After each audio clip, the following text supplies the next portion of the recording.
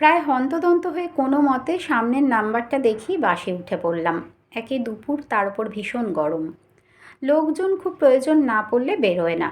উঠেই সারা বাসে চোখ বুলিয়ে নিলাম।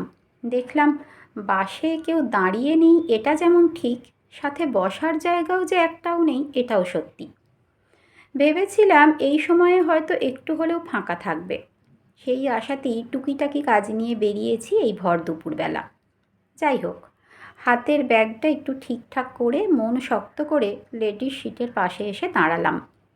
দেখলাম সামনের সিটে 3 জন ছড়িয়ে ছিটিয়ে বসে আছে। তার মধ্যে একজন এমনভাবে ঘুমাচ্ছে যেন বাসের টিকিট কেটেছে শুধু ঘুমিয়ে যাবে বলে।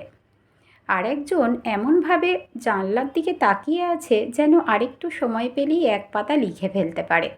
আর তৃতীয়জন মুঠোতে রাখা ফোনে ডুবে আছে। ওদের গতিবিধি দেখে বলতে মায়া হলো যে দিদি একটু সরে বসুন, এটা 4 জনের সিট। বলতে না পেরে তাই অগত্যা দাঁড়িয়েই রইলাম। পরের স্টপেজ থেকে উঠল একটা বাচ্চা আর একজন ভদ্রমহিলা। মহিলার পিঠে একটা ঢাউস ব্যাগ। বাচ্চাটা স্কুল ড্রেস পরা। যে কেউ দেখেই বুঝতে পারবে ছবিটা। একটা স্কুল ফেরত বাচ্চা আর তার মা। ভদ্রমহিলা প্রায় হাঁপাচ্ছে। একই গরম, তার ওপর পিঠের ওপর অমন পেল্লাই ব্যাগ। এদিক ওদিক তাকিয়ে কোনো জায়গা দেখতে না পেয়ে তারাও এসে দাঁড়ালো আমার পাশে। ভদ্রমহিলার পিঠের ব্যাগটা দেখে সত্যি জানতে ইচ্ছে করছিল এই ব্যাগের ভারটা ঠিক কোন ক্লাসের। এটা জানতে খুব বেশি বেগ পেতে হয়নি। তার মধ্যেই বাচ্চাটা এসে দাঁড়িয়ে পড়ল ওর মা আর আমার ফাঁকে। একটু আলগোছেই দেখে নিলাম গলায় ঝোলানো আই কার্ড, ক্লাস 3। অবাক হয়ে গেলাম। ছোটবেলায় বাবার একটা কথা মনে পড়ল। বাবা মাকে বলতো, অত চাপ দিও না তো মেয়েটাকে, যে যত ক্লাসে পড়ে তার তত ঘন্টা মন দিয়ে পড়লেই হয়ে যায়। এবার আমি হিসেব করতে লাগলাম, এখানে যা বই আছে তাতে যদি 3 ঘন্টা করে পড়ে তাহলে শেষ হবে। ভেবেই ভালো লাগলো এটা ভেবে যে এ জীবনের মতো পড়াশোনা বাবা শেষ। দেখলাম বাঁশের ঝাঁকুনিতে বাচ্চাটা বারবার সামনের ঘুমন্ত মহিলার গায়ে পড়ে যাচ্ছে। কীরকম মানুষ জানি না, উনি তো ঘুমাচ্ছেন। বাকি দুজন বাচ্চা দেখেও উঠে বসতে দিল না। এবার আমার আরও ভালো লাগলো। ভাগ্যিস আমি ওদের চেপে বসিয়ে নিজে বসিনি, তাহলে নিজেকে মানুষ হিসেবে প্রমাণ দেওয়ার জন্য এক স্টপেজ পরই উঠে পড়তে হতো, যে সেটা আরও চাপের হতো। তার থেকে বাবা এই ভালো ভেবেই আবার আরেকটু গুছিয়ে দাঁড়ালাম, যাতে বাচ্চাটা আরেকটু জায়গা পায় দাঁড়ানোর। একটুখানি যেতেই পাশের জেনারেল সিট থেকে একজন ভদ্রলোক উঠে দাঁড়িয়ে বাচ্চাটাকে ডাকলো। বাচ্চাটাও এগিয়ে গিয়ে বসে পড়ল। শান্তি পেল ভদ্রমহিলাও। খুব খুশি বাচ্চার কোলে ওই ঢাউস ব্যাগটা দিতে পেরে। বাচ্চাটা কিন্তু বেশ গুছিয়ে বসেছে ব্যাগটা নিয়ে।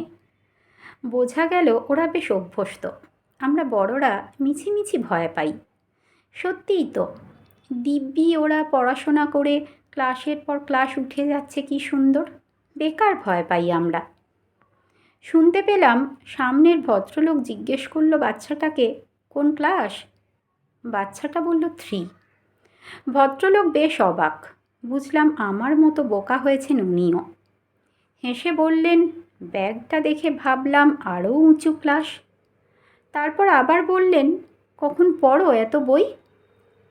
বাচ্চাটা বলল, স্কুল থেকে ফিরে খেয়ে ঘুমিয়ে উঠে পড়তে বসি। বাচ্চাটা 3, মানে 7 বছর হবে বোধহয় বয়স। ভদ্রলোক শিশুর ভাষাতেই কথা বলছেন। অনেক রকম গল্প চলছে দুজনের মধ্যে। বুঝলাম বাচ্চাটার মধ্যে কোনো জড়তা নেই। শুনলাম ভদ্রলোক মজা করে বলছেন, তোমার তো খুব কষ্ট, কত ভারী ব্যাগ বইতে হয়। আমার ব্যাগটা দেখো, কিচ্ছু নেই, শুধু ছাতা আর জলের বোতল। আমার অফিসে এত কিছু লাগেই না।